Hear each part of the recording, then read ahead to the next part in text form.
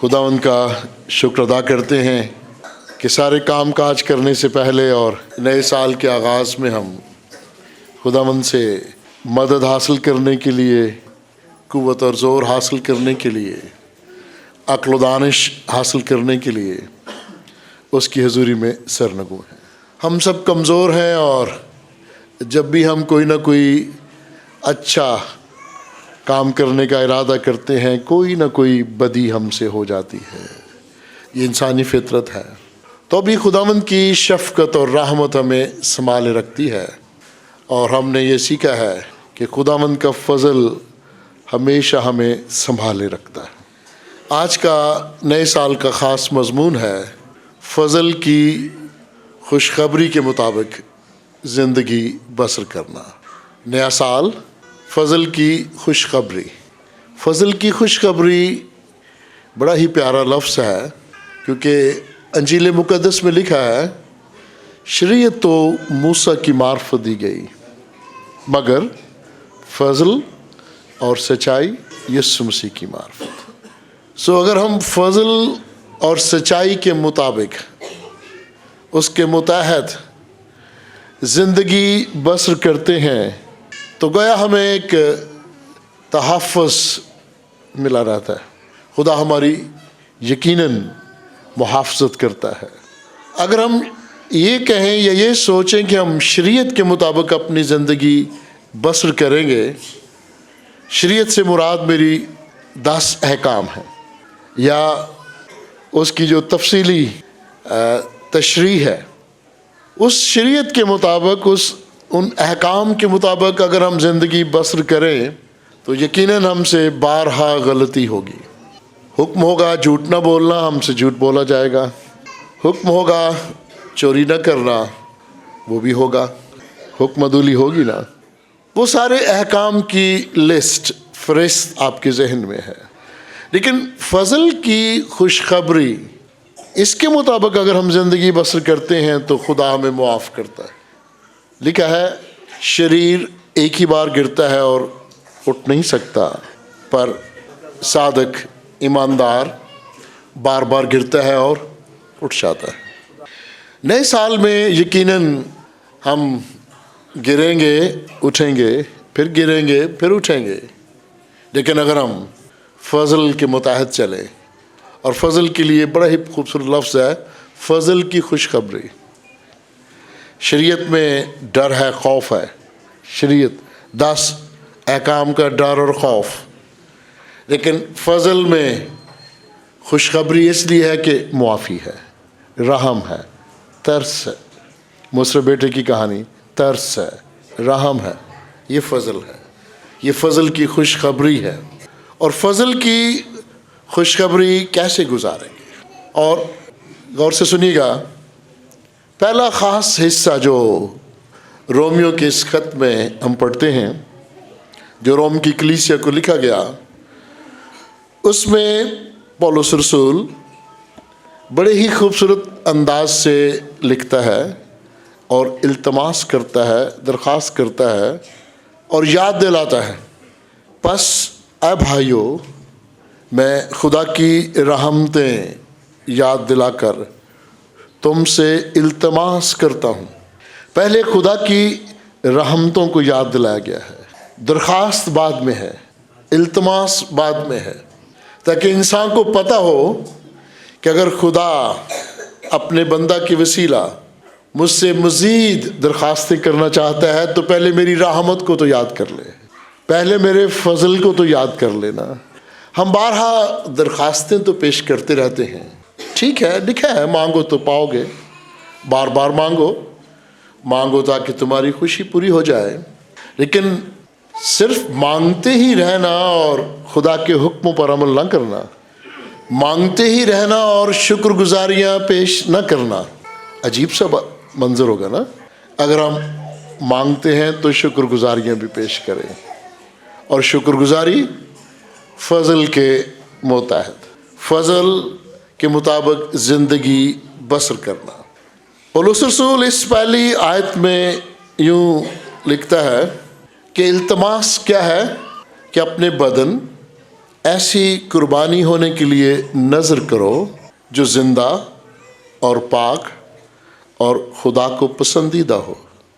Police رسول کے زمانہ میں اور اس سے پہلے غیر اقوام بتوں کے سامنے اپنی قربانیاں پیش کیا کرتے تھے، جانور بھی اور اپنا مال بھی، بلکہ اپنے بچے تک قربان کیا کرتے تھے۔ بنی اسرائیل بھی قربانیاں پیش کرتے تھے، انہیں سکھایا گیا کہ اپنے مال میں سے قربانی پیش کرو، لیکن ان کی قربانیوں میں ایک بہت بڑا بگاڑ پیدا ہو گیا تھا۔ ادھر گناہ کیا، ادھر معافی مانگی، قربانی پیش کی، پھر گناہ کیا، پھر قربانی پیش کی، اور بس۔ اور قربانی بھی اپنے مال کا تھوڑا سا حصہ۔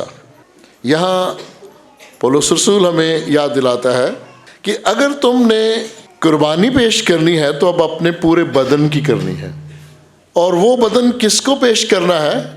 زندہ اور پاک خدا کو۔ یعنی جو مردہ خدا ہیں یا قبریں ہیں ان کو قربانیاں پیش نہیں کرنی، جو بول ہی نہیں سکتے، گونگے ہیں، بہرے ہیں، ان کو قربانیاں پیش کرو گے؟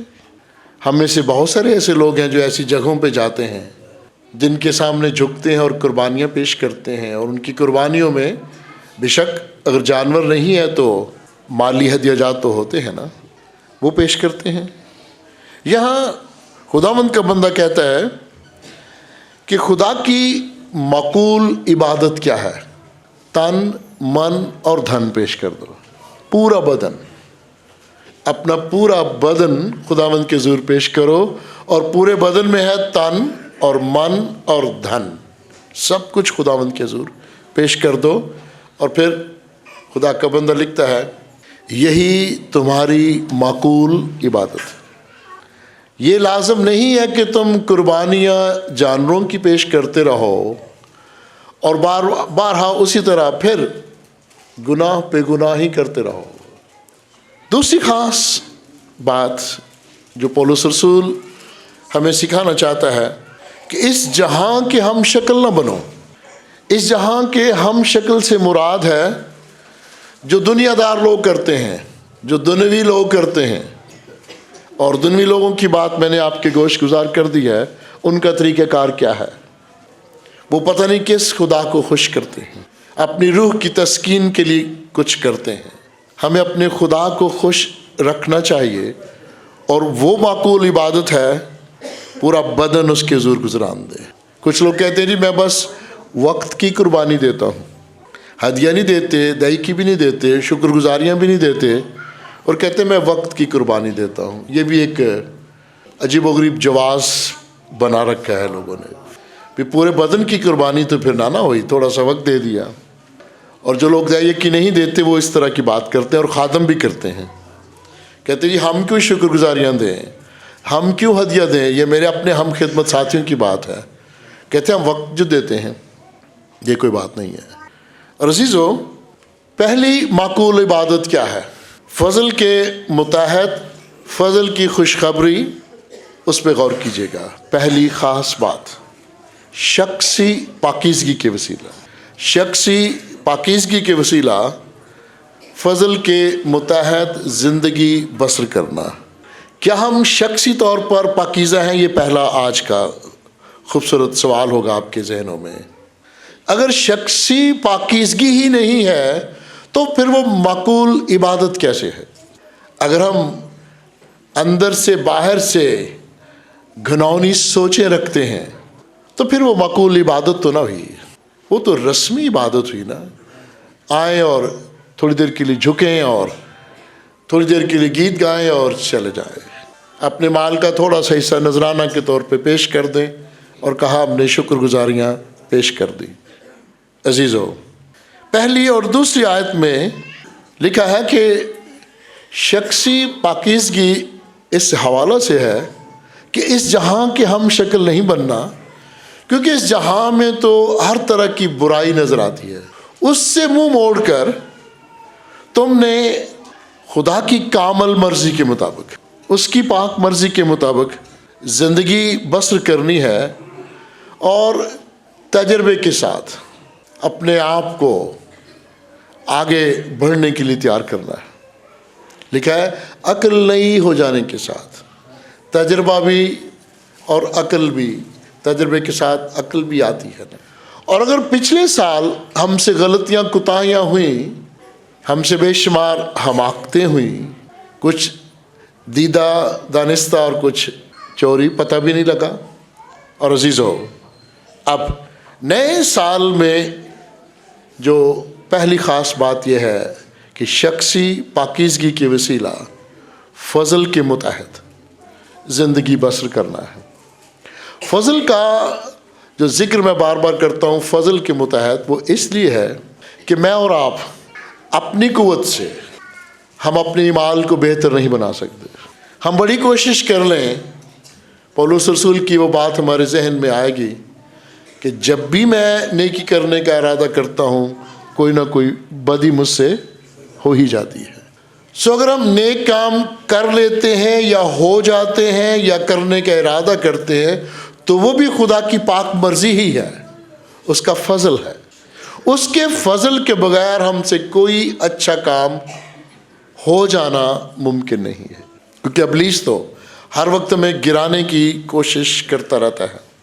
دوسری خاص بات جو میں آج آپ کے گوش گزار کرنا چاہوں گا، وہ روحانی نعمتوں کے ذریعہ فضل کے متحد اس نئے سال میں زندگی بسر کرنا ہے۔ روحانی نعمتوں کے ذریعہ کیا آپ گنیں گے روحانی نعمتیں خدا نے جو آپ کو دے رکھی ہیں؟ اس باب میں چند نعمتوں کا ذکر ہے، میں وہ ضرور دہراؤں گا۔ پہلی خاص نعمت ایمان کی نعمت۔ کیا یہ نعمت ہے یا ہماری اپنی کاوش ہے، ہماری اپنی ہمت ہے، ہمارا اپنا علم ہے؟ کیوں جی، یہ نعمت ہے اور خدا کی بخشش ہے۔ اگر ابراہیم ایمانداروں کا باپ ٹھہرا تو وہ اس کی اپنی کاوش تو نہیں تھی، وہ خدا کا فضل ہی تھا۔ خدا نے ہی اسے چنا تھا نا، خدا نے ہی اسے بلایا تھا۔ پھر عزیزو، مجھے اور آپ کو جو ایمان کی نعمت ملی وہ ہمارے بزرگان سے، باپ دادا سے ملی پہلے نمبر پر، پھر یقیناً ہمارے اساتذہ سے، ہمارے چرچ سے، یا ہمارے ارد گرد جو ہمیں سکھانے والے ہیں ان کی وسیلہ ہمیں یہ خوبصورت نعمت ملی، ایمان کی نعمت۔ ایمان کی نعمت کو ہم ایمان کی دولت بھی کہتے ہیں۔ میرے خیال میں ایمان کی دولت سب سے بڑی دولت ہے، جس کو کوئی کیڑا یا زنگ نہیں لگ سکتا، اور یہ ایسی دولت ہے جس میں بڑھوتی ہو سکتی ہے، یہ بڑھتی رہتی ہے، مضبوط ہوتی رہتی ہے، اور یہ کوئی چھین نہیں سکتا، کیونکہ اس سے ہمارا تعلق اس ایمان کے بانی سے جڑا رہتا ہے۔ ایمان کا بانی کون ہے؟ خوبصورت آیت ہے، ایمان کے بانی اور کامل کرنے والے یسوع کو تکتے رہو۔ یعنی ایمان کی دولت میں جب ہمارا تعلق ناتا ایمان کے بانی سے جڑا رہتا ہے تو یہ دولت کبھی ختم ہی نہیں ہو سکتی۔ جو ہم تجربے کے ساتھ نئے سال میں بڑھتے چلے جائیں گے، ایمان کی دولت بڑھتی چلی جائے گی۔ اور اسی لیے کئی لوگ مذاق بھی کرتے ہیں کہ فلاں شخص بڑھاپے میں خدا کے زیادہ قریب ہو گیا ہے۔ عام کہتے ہیں نا، کیوں بھلا؟ وہ بڑھاپے میں آ کے پختہ ذہن ہو جاتا ہے نا، اس کو پتہ چلتا ہے کہ اس جہاں کے ہم شکل جو لوگ ہیں ان کی سوچ کیا تھی، اور میں کیا سبق دیا تھا جو نوجوانی اور جوانی میں ہم نہیں سیکھ سکے، یا خود غرضی کے دنوں میں ہم نہیں سیکھ سکے، لالچ کے دنوں میں ہم نہیں سیکھ سکے۔ ہماری آنکھوں کے سامنے خود غرضی اور لالچ کی پٹی پڑی رہی، لیکن جو ہم ایمانی زندگی میں مضبوط ہوتے ہیں وہ نعمت چمکتی ہے۔ اور پولس رسول تیموتھیوس کو کہتا ہے، اپنے شاگرد کو، کہ ایمان کی وہ نعمت اور ایمان کی وہ دولت جو تیری ماں اور نانی سے تجھے ملی تھی اس کو چمکا دے۔ نئے سال کے لیے کتنا پیارا لفظ ہوگا یہ، باپ دادا سے، چرچ سے، اساتذہ سے، ایمان کی جو نعمت آپ کو ملی اس کو اور زیادہ چمکا دو۔ اس جہاں میں جہاں بے راہ روی بہت زیادہ ہے، ہمارا اپنا دیش جہاں بے راہ روی عروج پر ہے، کیا ایماندار جو بے شک تھوڑے ہیں وہ ایمان کی اس نعمت کو چمکا سکتے ہیں کہ نہیں؟ چمکا سکتے ہیں، کیونکہ ان کا تعلق اور ناطہ ایمان کے بانی اور کامل کرنے والے یسوع کے ساتھ رہتا ہے۔ وہ انہیں مضبوط کرتا رہتا ہے اور یاد دلاتا رہتا ہے کہ میرا فضل جو ہے وہ تمہارے لیے کافی ہے، گھبراؤ نہیں۔ دوسری خاص نعمت، روحانی نعمت جس کے ذریعے فضل کے متحد ہم نئے سال میں زندگی بسر کریں گے، وہ نبوت بھی ہے۔ خدا کے کلام کی نبوت کرنا بہت اچھی نعمت ہے۔ پھر ایک اور خوبصورت نعمت ہے خدمت کی نعمت، ایک دوسرے کی خدمت کرنا، کلیسیا کی خدمت کرنا، ملک و قوم کی خدمت کرنا۔ جب ہم ایک دوسرے کی خدمت کریں گے تو یقیناً خدا ہمارا بھلا کرے گا نا۔ یہ تو کبھی ممکن نہیں ہے نا کہ ہم خدمت کریں اور خدا ہمیں اجر نہ دے۔ اور جب ہم بے لوث خدمت کرتے ہیں نا تو اس کا اجر بھی بہت زیادہ ملتا ہے، اس کا اجر بھی بہت زیادہ ہے۔ خدمت ویسے ہی بے لوث ہوتی ہے۔